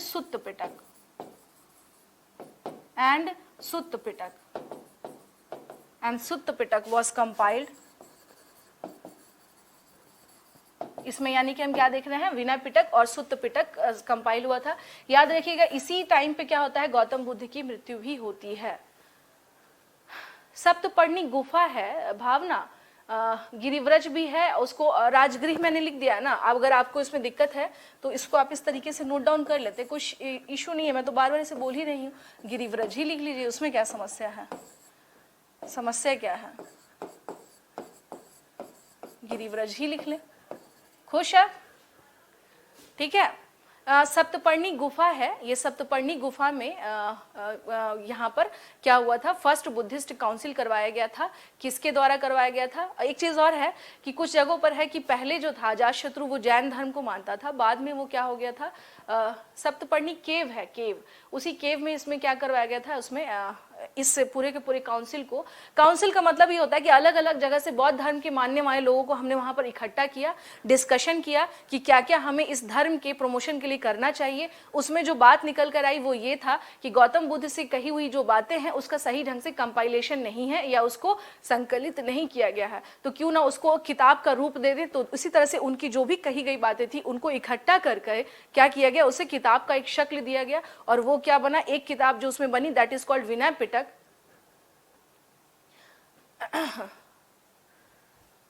अच्छा ठीक है, तो उसमें हम लोग फिर क्या देखते हैं कि उसमें हम लोग क्या देखते हैं, दो तरीके से, यानी दो बुक्स उस टाइम पे कंपाइल हुई थी, एक विनय पिटक और एक सुत्त पिटक। तो इसमें अगर हम लोग बात करें तो विनय पिटक में ना ये बताया गया है कि जो भी बौद्ध भिक्षु हुआ करते हैं, यानी बुद्धिस्ट जो मॉन्क होते हैं, उनको किस प्रकार का बिहेवियर, आचरण, ये सब करना चाहिए, ये सारी बातें उसमें लिखी हुई हैं जो गौतम बुद्ध ने बताया था। सुत्त पिटक में गौतम बुद्ध से संबंधित जीवन का दर्शन, जो फिलॉसफी ऑफ लाइफ है, वो सारी बातें सुत्त पिटक में है। तो ये दोनों बुक हम देखते हैं क्या कि कंपाइल हुई थी in first Buddhist council which was held at Saptaparni cave in Rajgriha और ग्रीवरज। ये ग्रीवरज में हुआ था, फर्स्ट बुद्धिस्ट काउंसिल था। किसके इसमें लीडरशिप में हम लोग देखते हैं, ये इसके लीडरशिप में, यानी अजातशत्रु के लीडरशिप में, ठीक है। अध्यक्षता की बात करें तो महाकसप ने की थी, इसकी अध्यक्षता किसने की थी, यानी प्रिसाइडेड बाय महाकसप। महाकसप किसने किया था, महाकसप ने।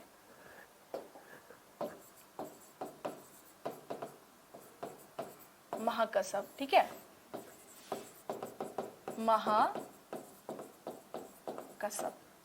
ओके। तो अब ये ध्यान रख लीजिएगा, यही है मेन, यानी अजातशत्रु के टाइम पर हम लोग क्या देख रहे हैं कि ये फर्स्ट बुद्धिस्ट काउंसिल भी हो रहा है। तो बहुत सारी चीजें इसी वजह से अजातशत्रु का क्या है, काफी ज्यादा नाम इसी वजह से है, ठीक है। नाम इसका किस वजह से है, इसी वजह से है, ठीक है। और एक चीज और मैं बता दूं, यहाँ पर जो अवंती से जो इसका ऑलरेडी कॉन्फ्लिक्ट था, जो मैंने अभी बताया था आपको, तो इसकी बेटी थी पद्मावती, ध्यान से सुन लीजिएगा, इसकी बेटी थी पद्मावती। अजातशत्रु ने अपनी बेटी का विवाह भक्तराज, कई जगह वत्सराज भी होता है, वत्सराज उदयन के साथ किया था। फिर ये जो वत्सराज उदयन है, इसने क्या किया था, मिलकर के इन दोनों के बीच में युद्ध होने वाली स्थिति को उसने रोका था। अगर कभी क्वेश्चन आ जाए आपका, मान लीजिए ये रहा, ये संघर्ष था ना यहाँ पर अवंती, तो यहाँ पर हम क्या देखते हैं, वत्सराज उदयन की भूमिका दिखती है हमें, जिसकी वजह से युद्ध टाला जा सका। और ये था कौन, इससे अजातशत्रु की बेटी का विवाह हुआ था, अजातशत्रु की पुत्री का विवाह हुआ था। पुत्री का नाम क्या था, पद्मावती, ठीक है। पुत्री का नाम क्या था बच्चे, ये था पद्मावती। पुत्री का नाम क्या था, पद्मावती। ये एक पॉइंट बस रह गया था। वत्सराज उदयन की भूमिका थी, इसने एक तरह से इमीडिएटर का रोल प्ले किया और अवंती के साथ वॉर नहीं होने दिया इन द सेंस कि उसने चंड प्रद्योत का भी साथ नहीं दिया। तो इससे क्या हुआ कि जो वॉर की कंडीशन एक बनी हुई थी अवंती के साथ रेगुलर, वो नहीं हो पाई। और ये चीज हम क्या देखते हैं कि ये मामला यहाँ पर फिर आगे ठंडा यानी रुक जाता है, और फिर इसके बाद बुद्धिस्ट काउंसिल होता है आपको, फर्स्ट बुद्धिस्ट काउंसिल। चलिए इसके बाद नेक्स्ट हम लोग आ जाते हैं, जो इसका पुत्र आता है, इसका नाम रहता है उदयन, या कई जगह उदय भद्र भी बोला जाता है। नेक्स्ट हो गया हमारा उदयन या उदय भद्र, ठीक है। ये इसका पुत्र था किसका, अजातशत्रु का। और इसका अगर हम लोग इसकी अगर हम लोग बातचीत यानी इसके टाइम पीरियड की अगर बात करें तो ये कब से कब तक दिख रहा है, ये 460 ईसा पूर्व से लेके 455 ईसा पूर्व तक दिखाई देता है उदयभद्र। हर्यंक डायनेस्टी ने, और माना जाता है कि उदयन ने ही क्या किया था, स्पेशली ध्यान रखिएगा, उदयन जो था ना ये जैन धर्म को मानता है, तो जैन धर्म में कभी भी उदयन के बारे में बुराई नहीं किया जाएगा। बौद्ध धर्म में बुराई दिखती है कि हाँ ये क्या है, इसने अपने पिता की हत्या की है, इस चीज को माइंड में अपने ध्यान रखना है, ठीक है। तो ये क्या था, ये उदयन जो है ये जैन धर्म को मानता था, जैन धर्म को मानता था। It means he was follower of Jainism मानता था, ठीक है। तो हम लोग क्या देखते हैं यहाँ पर कि दो अलग अलग कॉन्ट्रडिक्शन देखते हैं, अलग अलग कॉन्ट्रडिक्शन इन द सेंस कि हम क्या देखते हैं कि इसको जैन ग्रंथ में, ध्यान रखिएगा यहाँ पर मैंने पहले ही बताया कि इसके जैन ग्रंथ में प्रशंसा मिलेगी। जैन ग्रंथ में इसे पितृभक्त बोला गया है,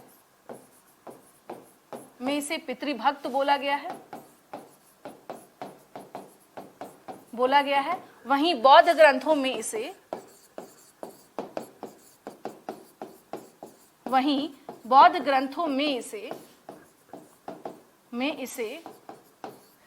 क्या बोला गया है, इसे पितृहंता बोला गया है, यानी पिता की जो हत्या कर दे।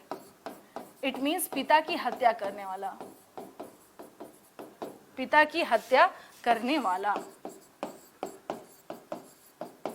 ठीक है ना। दोनों बुक में क्या है, अलग अलग इसके बारे में लिखा हुआ है।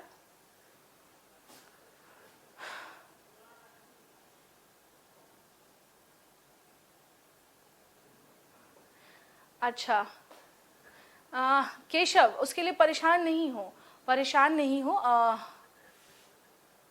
आगे अगर मैं हिस्ट्री की क्लास अगर आप लोगों की अगर मैं लूंगी तो मैं आप लोगों को बता दूंगी, ठीक है। इसके लिए डोंट वरी अबाउट दैट। हाँ, आगे अगर इससे रिगार्डिंग अगर मैं क्लास लेती हूँ तो मैं आप लोगों को उसमें ठीक है। और इसमें बताया गया है कि यह क्या था, यह चंपा का उपराजा था। चंपा इन द सेंस अंग की राजधानी थी, तो यह चंपा का उपराजा था।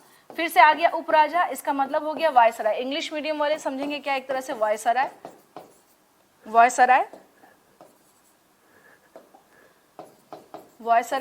ठीक है ना। यह चंपा का क्या था, एक तरह से उपराजा, और किसने बनाया था इसे, अजातशत्रु ने बनाया था। चंपा का उपराजा था।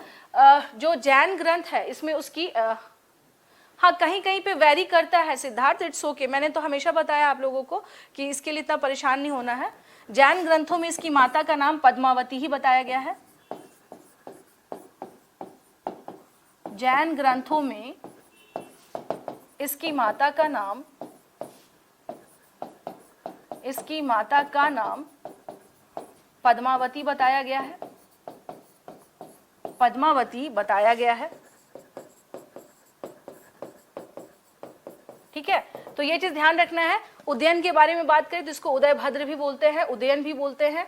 उदयन जैन धर्म को मानता था। इसके कारण हम क्या देखते हैं कि जैन ग्रंथ यानी स्पेशली जो जैन टेक्स्ट है उसमें उसे किलर जो कह सकते हैं कि किलर ऑफ फादर, और इसको नहीं सॉरी पिता का सेवा करने वाला यानी ओबीडियंट सन के तौर पर इसमें बताया गया है, पितृभक्त, कि he was an obedient son. But in Jain text इसको लिए एक टर्मिनोलॉजी यूज किया गया, दैट इज पितृहंता। It means the one who killed his father. वैसा व्यक्ति जो क्या करे हाँ वैसा व्यक्ति जो क्या करे, जो अपने पिता की हत्या कर दे। तो इन जो जैन ग्रंथ है उसमें उसकी तारीफ की गई है। इसको इस तरह से समझिएगा, क्योंकि ये जैन धर्म को मानता था। बौद्ध धर्म में हम क्या देखते हैं, इसे क्या बोला गया कि ये पितृहंता है। जैन ग्रंथों में हम देखते हैं क्या कि इसकी माता का नाम पद्मावती बताया गया है। जहां पर मैंने अभी बताया था आपको किसने माता का नाम, ये इसका देखते हैं। तो ये अलग अलग बातें हैं उदयन के बारे में। टाइम पीरियड की बात करें तो इसका टाइम पीरियड यहाँ से यहाँ तक है। ये बेसिकली जैन धर्म को क्या करता था, मानता था, ठीक है। ये बेसिकली हम क्या देखते हैं, जैन धर्म को मानता था।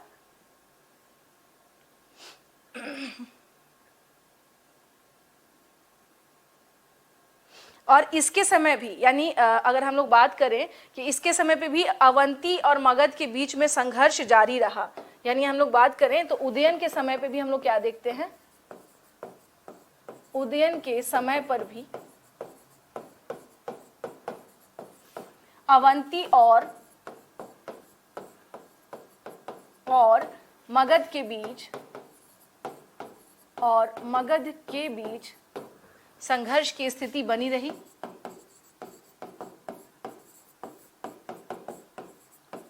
संघर्ष की स्थिति बनी रही यानी वैसे ही रहा। अवंती के साथ हम क्या देखते हैं, बार बार कंडीशन हो जाता है क्या, हाँ बार बार कंडीशन क्या हो जाता है, वही कंडीशन क्रिएट हो जाती है। ठीक है,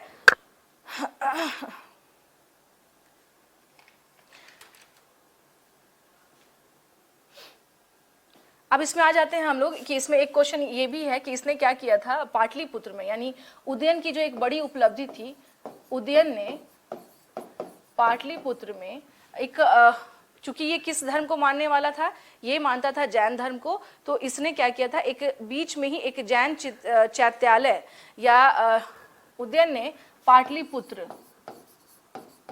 के मध्य यानी शहर के, मान लीजिए जैसे ये पाटलिपुत्र हो गया बीचों बीच, हमने क्या किया एक जैन चैत्यालय यहाँ पर बनवाया। पाटलिपुत्र के मध्य एक जैन चैत्यालय का निर्माण करवाया था इसने,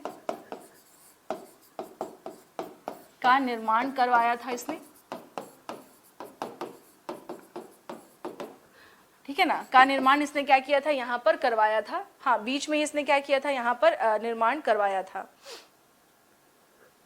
ठीक है, इसके बारे में कहा जाता है उदयन के बारे में कि पाटलिपुत्र को राजधानी बनाने का क्रेडिट किसको जाता है, इसी को जाता है। यानी इसने ही क्या किया था, इसने पाटलिपुत्र को क्या किया था, राजधानी बनाई थी, पुत्रा को अपनी राजधानी बनाई थी अपनी। इसकी ये लगता था कि वज्जियों पर अगर ध्यान देना है तो थोड़ा नजदीक रहना पड़ेगा, इस वजह से भी इसने पाटलिपुत्र को अपनी राजधानी बनाई थी। ठीक है ना, इस अपनी राजधानी बनाई थी। उसके बाद की बात करें तो इसके हम लोग देखते हैं क्या कि 3 पुत्र थे, जो भी सोर्सेस के अकॉर्डिंग इसके 3 पुत्र थे। यानी इसके बाद यानी उदयन की बाद अगर बात करें तो एक था अनिरुद्ध, दूसरा था मुंडक और तीसरा जो था इसका नाम था नागदशक।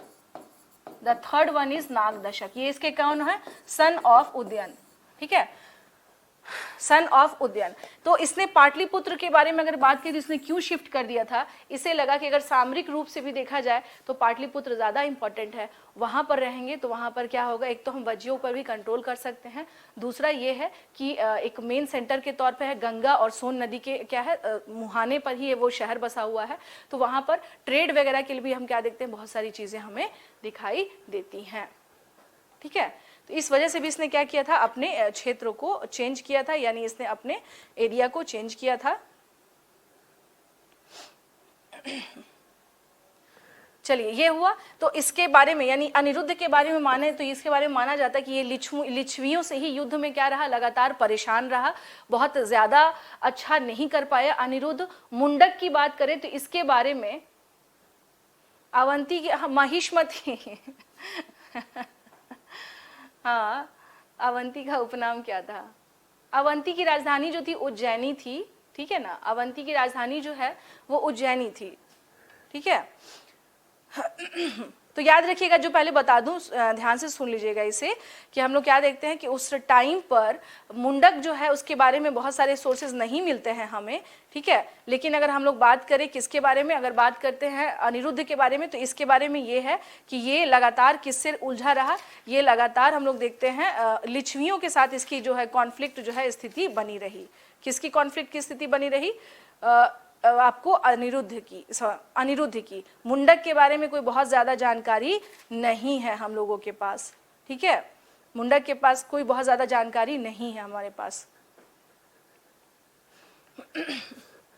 अब आ जाइए, लास्ट जो है वो लास्ट अब फिनिश कर दिया जाए, नागदशक। अब लास्ट रूलर जो है हर्यंक डायनेस्टी के साथ साथ हमारा ये टॉपिक भी खत्म हो जाएगा, नागदशक। बता दूंगी मैं आपको, सारी चीजें बताऊंगी डिटेल में। ठीक है ना, सारी चीजें बताऊंगी डिटेल में, इसके लिए बिल्कुल भी परेशान नहीं होना, क्योंकि देखिए मैं अभी तक डिटेल में ही बता रही हूँ आप लोगों को कि कहीं समस्या नहीं आए।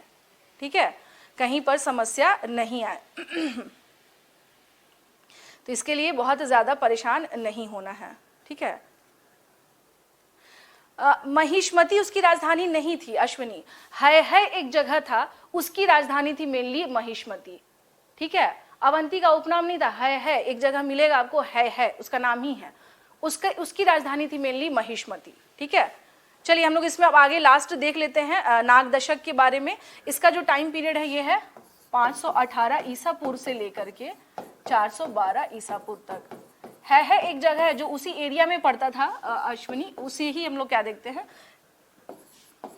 इसके बारे में अगर बात करें तो यह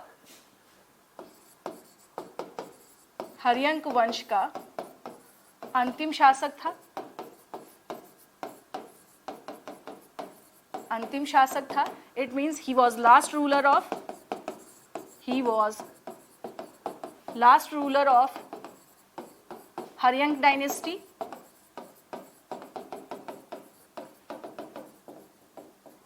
ठीक है, हर्यंक डायनेस्टी का ये क्या था, हाँ उद्यन बताया तो मैंने अभी कि उसको ही जाता है, सारा का सारा क्रेडिट उसी को जाता है, ठीक है। इसके टाइम पीरियड पर अगर हम लोग बात करें नाग दशक का, तो एक क्वेश्चन आता है कि कौन सा ऐसा शासक था जिसके समय पर वहां की जनता ने विद्रोह कर दिया था, ठीक है के बारे में एक बार फिर से बता दूं, ठीक है मैं बता दूंगी है के बारे में। मालवा का जो क्षेत्र है जहां अवंती हैं वहीं पर है जो था वहां उनका भी वंश था, और वहीं पर महिष्मति उनकी राजधानी थी, अवंती की नहीं थी, ये चीज ध्यान रखना आपको, ठीक है। ये लास्ट ही चल रहा है, इसको पहले फाइनल कर लीजिए। अंतिम शासक था ये इसका हर्यंक वंश का। उसके अलावा हम क्या देखते हैं कि इसके शासनकाल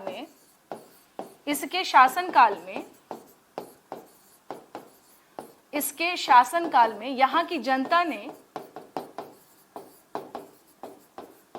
जनता ने विद्रोह कर दिया था। अगर आपका क्वेश्चन ये रहे कि हर्यंक वंश का कौन सा ऐसा शासक था जिसके समय पर वहां की जनता ने ही रिवोल्ट कर दिया था, दैट वाज नाग दशक। क्यों? क्योंकि ऐसा माना जाता है कि इसने बहुत सारे ऐसे नए नए उपकर लगा दिए थे, टैक्सेस लगा दिए थे, जिसके वजह से क्या है, कई जगह इसका नाम नाग दर्शक के तौर पे भी इसका नाम आता है, नाग दशक ही इसका नाम है, कुछ टेक्स्ट बुक में इसका नाम दर्शक भी मिलेगा, ठीक है। तो यहाँ की जनता ने क्या किया था, विद्रोह कर दिया था, और इसी मौके का फायदा उठाकर, इस मौके का हम कह सकते हैं कि इसको किसने भुनाया, इसी समय काशी का शासक था, इसी समय काशी का शासक था, या उस टाइम पर हम कह सकते हैं कि यहाँ का ये सबसे ज्यादा यही लीड कर रहा था शासक शिशुनाग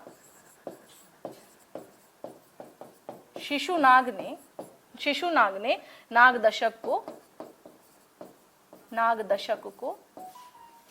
को हटा दिया, यानी सत्ता से इसने क्या किया, हटा दिया। बाद में इसकी क्या हो गया, इसकी मृत्यु, इसको मार दिया गया नाग दशक को। हाँ, इसमें कोई समस्या नहीं है। अगर कहीं कहीं पे थोड़ा मोड़ा क्या है वेरी करता है, इसके लिए हमेशा तैयार रहें। 518 से 412 ईसा पूर्व के आसपास इसका टाइम पीरियड है। ये अंतिम शासक था, ये भी ध्यान रखिएगा, लास्ट रूलर था। इसके टाइम पर रिवोल्ट हुआ था यहाँ की जनता के द्वारा, ठीक है, जनता के द्वारा यहाँ पर क्या हुआ था, रिवोल्ट हुआ था। और काशी का उस टाइम पे क्या था, शासक था, कौन सा, ये शिशुनाग था, और इसने ही इस मौके का फायदा उठा करके इसे क्या किया, इसे हटाया, और वो खुद यहाँ पर शासन करने लगा। तो इस प्रकार से मगध में हम अब क्या देखते हैं कि हर्यंक वंश की समाप्ति होती है और एक नए वंश शिशुनाग वंश की यहाँ पर जो है स्थापित होता है। यहाँ पर जो कौन करता है, शिशुनाग, ठीक है। चलिए आज इतना रहने देते हैं, बाकी कल के क्लास में आप लोगों से बात करती हूँ। कल मिलते हैं नए टॉपिक के साथ, Shishunag dynasty. Okay, thank you.